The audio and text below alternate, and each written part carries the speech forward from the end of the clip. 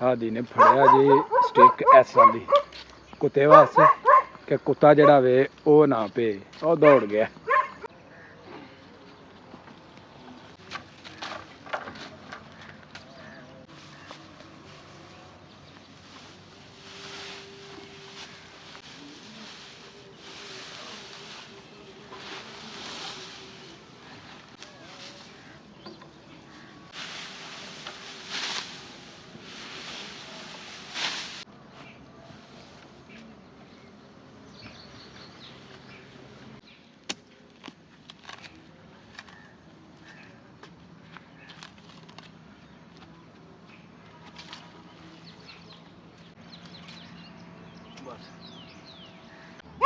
फसल जी अस लाई है यह भी मक्की की फसल ते जानवरों वास्ते लगाई है।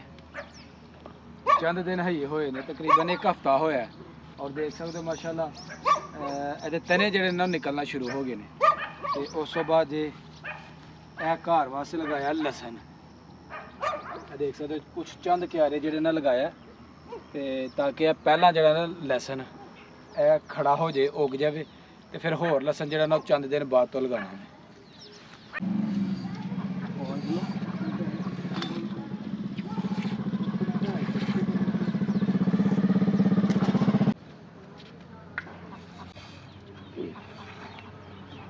अब त्याडे को लहाने निकलनी तो और क्यों हां जी है भी मैं काट लई मम्मा की तू अद्धी कर लईया तू तो होगी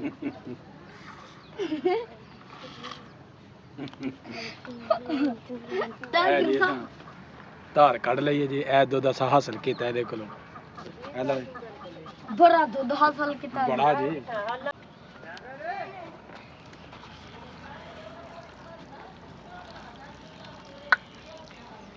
टागर चल पर ओ यार फार दी ओए कख निकलदा मैं ओ टागर टाइगर भी जरा ना दुध पीना है ते उधर जनाब डिगन दिया जमला हो जी जल्दी कर जल्दी धार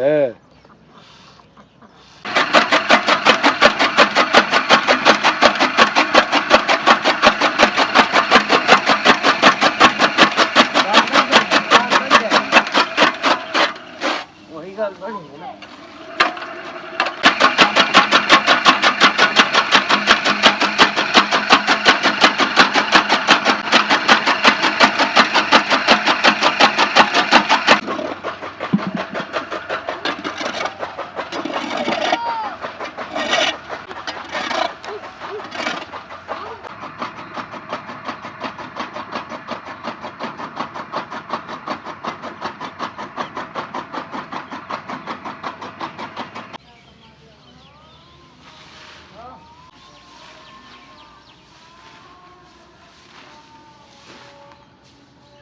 चल फाड़ फाड़ फाड़ो दे जा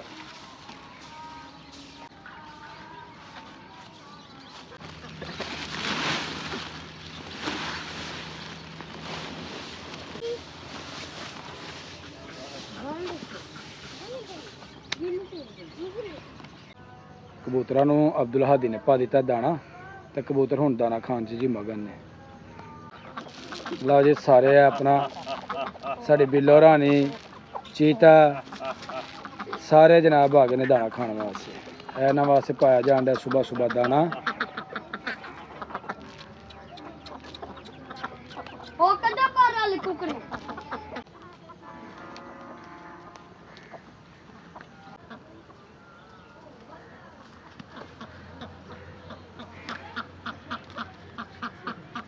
और ना ठा शुरू